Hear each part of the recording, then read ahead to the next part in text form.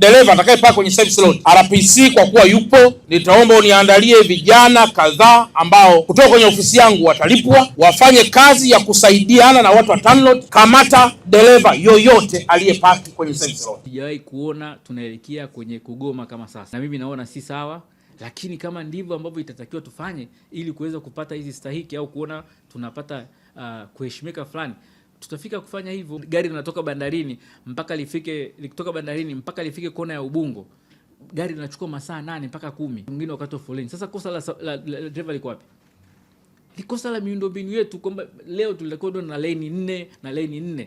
Agosti 17, mkuu wa mkoa wa Dar es Salaam Albert Chalamila aliagiza wamiliki wa maroli kuhakikisha kwamba magari yao hayapaki barabarani na kuliagiza jeshi la polisi kuhakikisha kwamba wanashughulikia kuwakamata wote ambao magari yao yatakuwa yamepaki barabarani, ambayo yamekuwa yakisababisha foleni ndani ya jiji la Dar es Salaam. Siku hii ya leo Agosti 18, mwenyekiti wa chama cha wamiliki wa maroli Tanzania ametoa tamko kuhusiana na kauli ya mkuu wa mkoa na kutishia kwamba endapo kauli ile au agizo lile litaendelea kufanyiwa kazi, basi wao wataitisha mgomo wa madereva wa maroli nchi nzima. Yani wamiliki wataamrisha magari yao ya paki, lakini wamesema wako tayari wakipatiwa eneo mbadala la wao kupaki maroli yao, basi watafanya hivyo. Hii ya usafirishaji ni moja ya sekta muhimu sana katika uchumi wa taifa letu.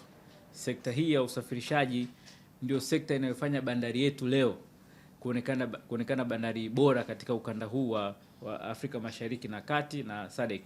Sasa tumefanya vizuri kwa muda mrefu, lakini kumeendelea kuwa na changamoto, na sisi tunavyoona changamoto kwa sababu sisi ndio tuko kwenye ground. Kwa hiyo ni wajibu wetu kutoa taarifa ili serikali na wahusika wote waweze kuzifanyia kazi. Kumekuwa na changamoto nyingi ambazo tumekuwa tukifanya engagement na wenzetu wa upande wa serikalini, lakini pale ambapo tunaona wakati mwingine zile changamoto hazifanyiwi kazi au zinazidi kukua na matokeo yake zinawaathiri sana wasafirishaji. Mimi niseme sekta ya usafirishaji ni sekta ambayo watu wengi waliowekeza ni wazawa. Wananchi wa Kitanzania wazalendo kabisa wamechukua riski, wamekwenda kukopa kwenye mabenki yetu. Kwa hiyo mtu anakwenda kukopa, hataki kwenda kukopa ili apate hasara, au aende kukopa ili afilisike. Malengo ya kwenda kukopa, unataka kukopa ili uweze kupata faida na baadaye kuweza kuitumikia familia yako, lakini kuwatumikia wale pia unaowaajiri. Mungu ametupa baraka. Bandari yetu ya Dar es Salaam iko katika eneo letu la Temeke. Bandari hii iliyoko katika eneo la Temeke haiwezi kuhama wala hatuwezi kusogea. Lakini pia kuna nchi karibu 7, nchi 8 ambazo zinaitegemea bandari hii.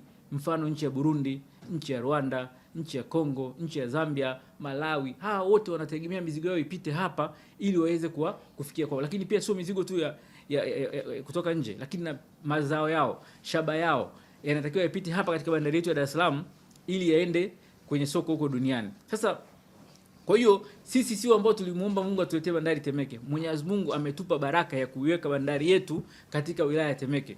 Kwa hiyo kuna vitu ambavyo vimekuwa ni kero kwetu. Kwa mfano, mimi kila siku nawaambia watu wa manispaa ya Temeke, na bahati nzuri Mheshimiwa DC Mapunda ni rafiki yangu na ni msikivu sana. Tumekuwa tukiongea kuhusu kwamba Temeke ndio wamepata baraka ya kuwa na bandari. Matokeo yake nini? Kuna fursa ambazo zinakwenda Temeke kama parking. Kwa sababu haya malori lazima, yani ili tuweze kuondoa mizigo hii, ndugu waandishi wa habari, lazima tuwe na malori. Yani ni malori ni jambo halikwepeki. Hata tukiwa na reli ya SGR za kutosha, lakini kuna SGR inaweza kufika kwenye kila kiwanda. Kwa hiyo lazima uwe na malori ya kuhakikisha mizigo inafika kwenye kila kiwanda. Kwa hiyo tunategemeana. Kama ambavyo wenzetu wa Temeke Mungu amewabariki na bandari. Bandari haiwezi kuhama Temeke. Sasa haya malori lazima tuyatafutie parking, kwa sababu jamani, lazima mjue pia hata hapa Tanzania leo consumption ya chakula haiwezi kuwa sasa na miaka 60 ya uhuru iliyopita. Wakati kabla ya uhuru watu walikuwa milioni ngapi? Milioni 8. Leo tunaongelea takriban watu milioni 65, tunaelekea milioni 70, si ndio? Kwa hiyo watu wameongezeka, ndivyo na hizo nchi zingine watu wameongezeka. Kwa hiyo mahitaji yameongezeka. Zamani bandari yetu ilikuwa inatoa labda gari 800 kwa mwezi. Leo tunatoa gari karibu 1600 kwa siku moja. Kwa hiyo miundombinu pia lazima iongezeke. Kusema hivi ni kwamba ni wajibu wa serikali kuhakikisha kwamba bandari yetu inaongeza ufanisi. Kwenye kuongeza ufanisi na miundombinu pia lazima iongezeke. Sisi tunafahamu Mheshimiwa Rais amepambana, amewaleta DP World na wenzetu wa Adani kuja kuongoza bandari yetu. These are the two best port efficiency operator in the world. Sasa ukishawaleta hawa, ina maana umeongeza mzigo. Mzigo unavyoongezeka ni jambo la sisi kumshukuru Mwenyezi Mungu, kwa sababu gari moja, lori likitoka bandarini au linapokuja Tanzania linatoa ajira. Yaani lori moja linatoa ajira kwa dereva, linatoa ajira kwa mhasibu, linatoa ajira kwa msaidizi, linatoa ajira kwa marketing officer. Sasa hizi ni ajira kubwa. Lakini pia kama nilivyosema, watu wamechukua mikopo mikubwa.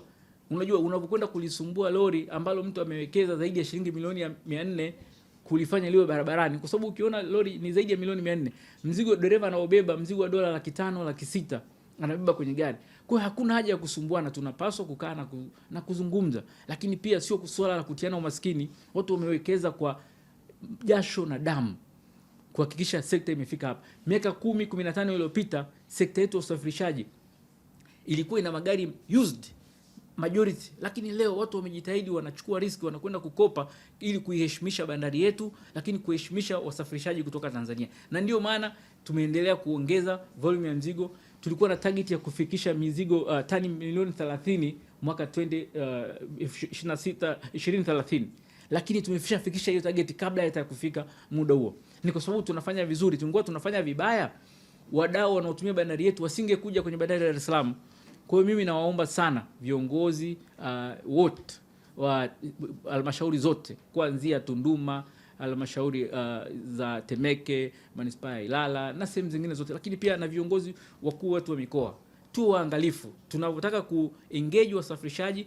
Tunazo association hizi, tupitie mazungumzo kupitia association, tukubaliane ili hawa wadau wasijione kwamba wao kama hawapendi kwenye nchi hii. Maana sekta ya usafirishaji inaona kama inabaguliwa kwenye kila jambo, wao hawathaminiwi. Lakini yet kufanya bandari mpaka ilivyofika hapa leo, hata kama kesho tutakwenda kuwa na SGR, lakini mpaka bandari ilivyofika hapa mpaka leo ni kwa sababu wadau wa usafirishaji wamefanya kazi ya ziada kuhakikisha mizigo inapita kwenye bandari yetu, lakini pia kuhakikisha tunawafikishia wateja mizigo kwa wakati na kwa usalama. Sijawahi kuona tunaelekea kwenye kugoma kama sasa, na mimi naona si sawa. Lakini kama ndivyo ambavyo itatakiwa tufanye ili kuweza kupata hizi stahiki au kuona tunapata kuheshimika fulani, tutafika kufanya hivyo. Tutawaambia wanachama wayapaki malori, kwa sababu inaonekana labda ndio serikali inataka hivyo, au inaonekana kuna baadhi ya watu wanataka hivyo. Kwa kweli mimi niseme kwamba tumesikitishwa sana na tabia ya kukamata malori, lakini pia tunasikitishwa na utaratibu wa kwenda kuwavamia madereva na kung'oa plate number kwenye malori. Sio sawa. Kwa vyote vile tunaamini kwamba engagement inatakiwa kufanyika. Wanapokuja na mizigo wanaisaidia bandari yetu, wanaondoka na mizigo wanaisaidia bandari yetu. Kabla ya kumsaidia mtu yoyote, tunaisaidia bandari. Na bandari nafikiri katika wakusanyaji wakubwa kwa TRA bandari ipo. Sasa bandari haiwezi kukusanya kama malori hayatembei. Kwa hiyo mimi ni waombe sana wenzetu walioko serikalini, tuwe na subira na kuweza kuvumiliana. Sio kosa la msafirishaji kwamba hatuna miundombinu.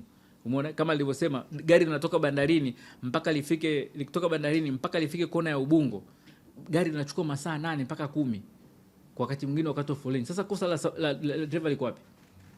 Ni kosa la miundombinu yetu, kwamba leo tulikuwa na lane 4 na lane 4. Umeona, au kuwe na alternative ya kutoka bandari. Sasa na malori kama nilivyosema lazima yaongezeke. Leo Watanzania wako zaidi ya milioni 70. Umeona? Sasa kwenye miundombinu ile iliyokuwepo miaka 40 iliyopita sio sawa. Lazima mjue watu wameongezeka, mahitaji yanaongezeka. Wale watu wanaojenga nyumba ni wengi. Kwa hiyo wanahitaji vifaa, lazima vifaa vitoke huko nje ya nchi hivi. Lakini pia tunalima. Wengine pia migodi imeongezeka, wanahitaji mahali pa kupeleka mizigo yao au bidhaa zao kwa watumiaji wengine huko duniani. Lazima watumie bandari yetu. Kwa hiyo mimi niwaombe sana.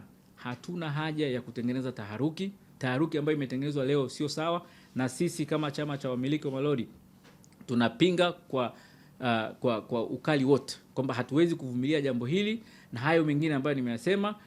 Ni muda mwafaka sasa serikali kufanya engagement na sisi, otherwise sisi tuko tayari kuyapaki haya malori.